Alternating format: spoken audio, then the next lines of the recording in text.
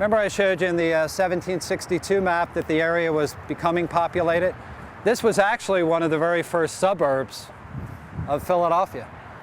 Even though William Penn had defined the city between South Street, which was called Cedar Street, and Vine Street, very quickly, of course, the city exceeded its limits. The original plan was to have settlements go from east to west, from the Delaware to the Schuylkill, but all the actions at the riverfront. So people wanted to settle along there, whether they were merchants or dock workers. So these homes here, these three, survive, and we're fortunate along Front Street between Washington and Bainbridge to have quite a few homes that date back to this period. So I just want to point them out to you. They represent really what either dock workers or craftsmen would have lived in for the two smaller houses. And then the larger one, this is later in the 18th century. Houses became bigger because there was more money and wealth here.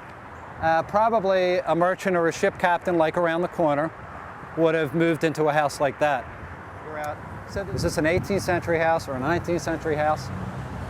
Clues to the 18th century, one is scale. By and large, homes in the mid-18th century, before the American Revolution, were smaller in scale. Not only the size of the house itself, but also the window panes. Other clues, because glass was very, very expensive back in the 18th century. But another clue is the dormer. And the styles of dormers changed not only over time, but they became fancier or embellished with decoration based on your economic status and what you could afford. It's like anything. If you build a house today, you have all of these extras that you can add in. Well, it was the same then.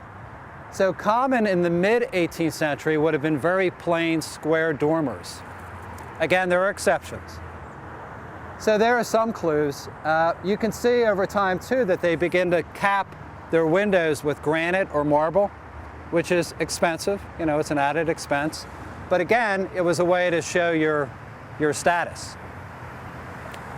Down on the next block, there's a row of homes from the early 19th century. And again, you can see how the scale changes. It grows, the homes become bigger, a little fancier, and that continued, of course, through time.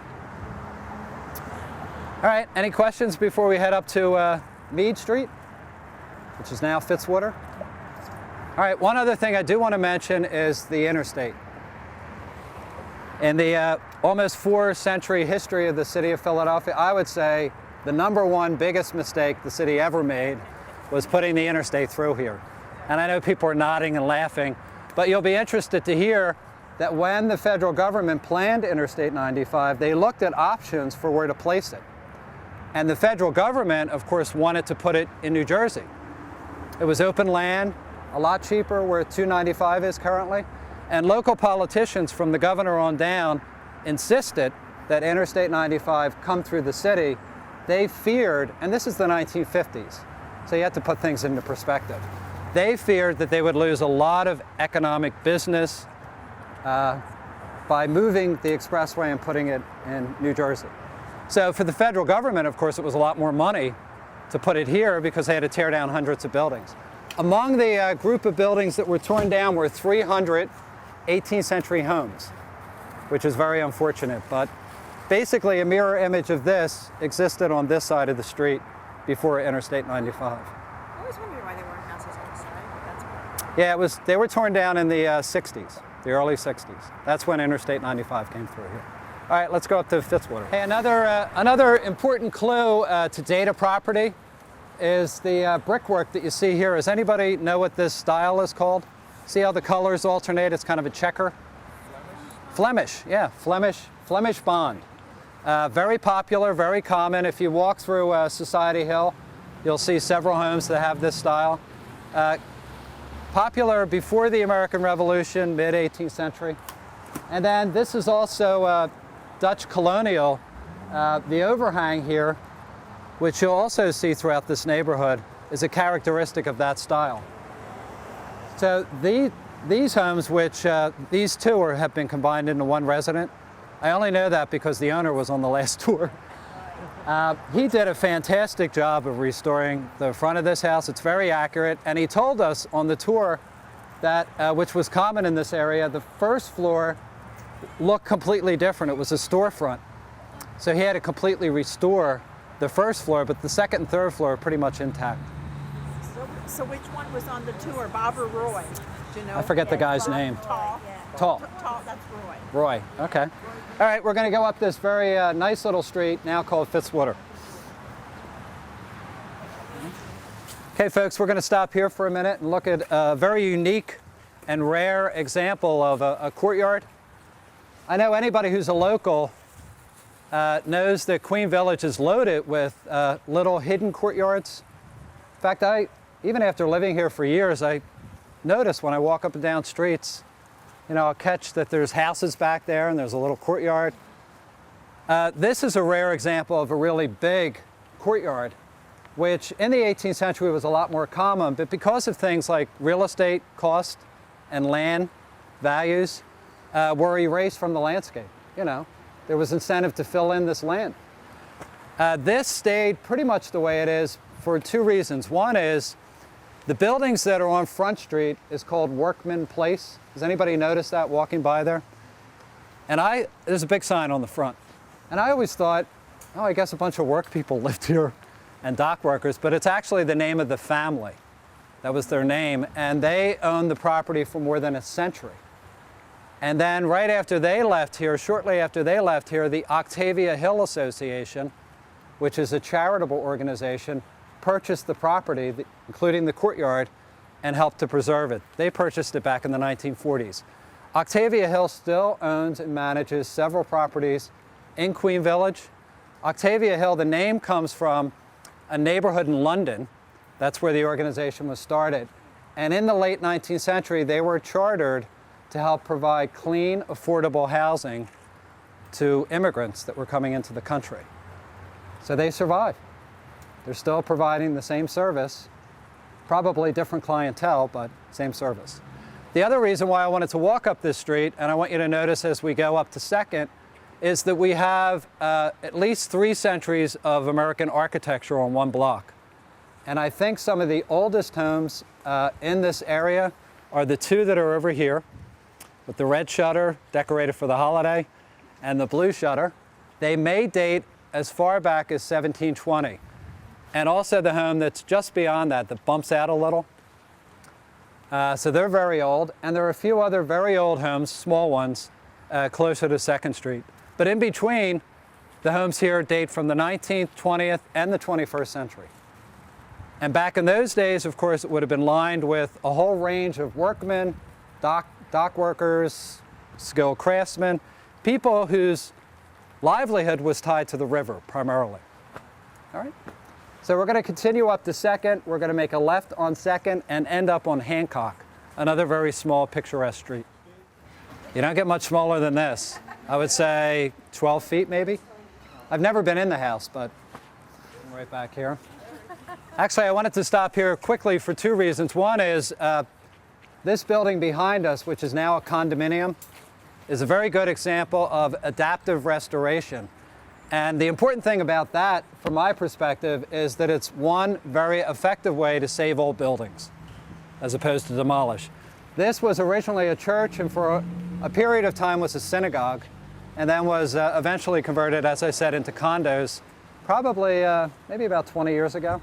But I also wanted to stop here because of this big old tree, which I haven't dated. I'm not sure if anybody else has, but it's got to be, I'd say, at least 150 years old, maybe older. Has anybody been down this street before? Yeah, lots of people. Yeah, very picturesque. It's part of the reason why I came down here. The old street, of course, is still here intact, as it is really throughout the neighborhood. I don't know if you noticed when they were resurfacing the streets, the big ones, all the Belgian blocks still there for the most part. So maybe one day they'll restore the rest of the streets here. But this is a good example of not only a 19th century streetscape, but also we have some rare examples of wood plank homes. These were very common back in the 18th and 19th century. They were built by the thousands throughout this area. They were actually outlawed because of fire within the city limits of Philadelphia. But not being in the city limits of Philadelphia, they continued to build them here. I think there are maybe a dozen examples that are left out of what was several hundred. Several on this block. These fronts have been redone, so they're not the original clapboard, but of course they're very accurate to the period. If you want to see original clapboard, you just go down a few blocks to League Street, just north of Washington. On the 100 block, there are two homes. I don't know how they survived, but the original planking's still there. These would have been occupied in the late 18th and early 19th century, again, by people whose jobs were tied to the waterfront. Ship carpenters, dock workers, merchants. But these would have been workman houses, obviously, less expensive housing. It was common also back throughout the 19th century for multiple families to live in one home.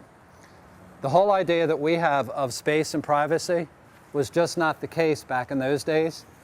Virtually, unless you were wealthy, you did not have your own bedroom. You shared it with several different people. And you would probably have your son, daughter-in-law, the family, maybe a couple other people within your house, even in a small structure like this. So quarters were certainly a lot more cramped, but that's what people were used to. Any questions about this block or anything I've said before we move on? All right, we're going to take a quick stop at a firehouse, which is right around the corner, very interesting building, which is now a private home. And we're going to stop at Beck Park, where that big Commissioner's Hall used to be, I mentioned at the beginning of the tour. Then we're going to sit in St. Philip Neri Church and rest our feet for a few minutes. All right? You know, back before this became part of the city of Philadelphia, and it was Southwark, as I mentioned before, there were no city services that we take for granted now. So they didn't have, as I mentioned before, trash collection, right? They didn't have that. Police and firemen were volunteer. So this is one of the few examples of a volunteer firehouse from the mid-19th century. It was built in the 1840s that survives. And as I said, it was converted into a private home. And in fact, this is the original firehouse here. And then they added on to the property trying to duplicate the facade. So it's one big house, very big house.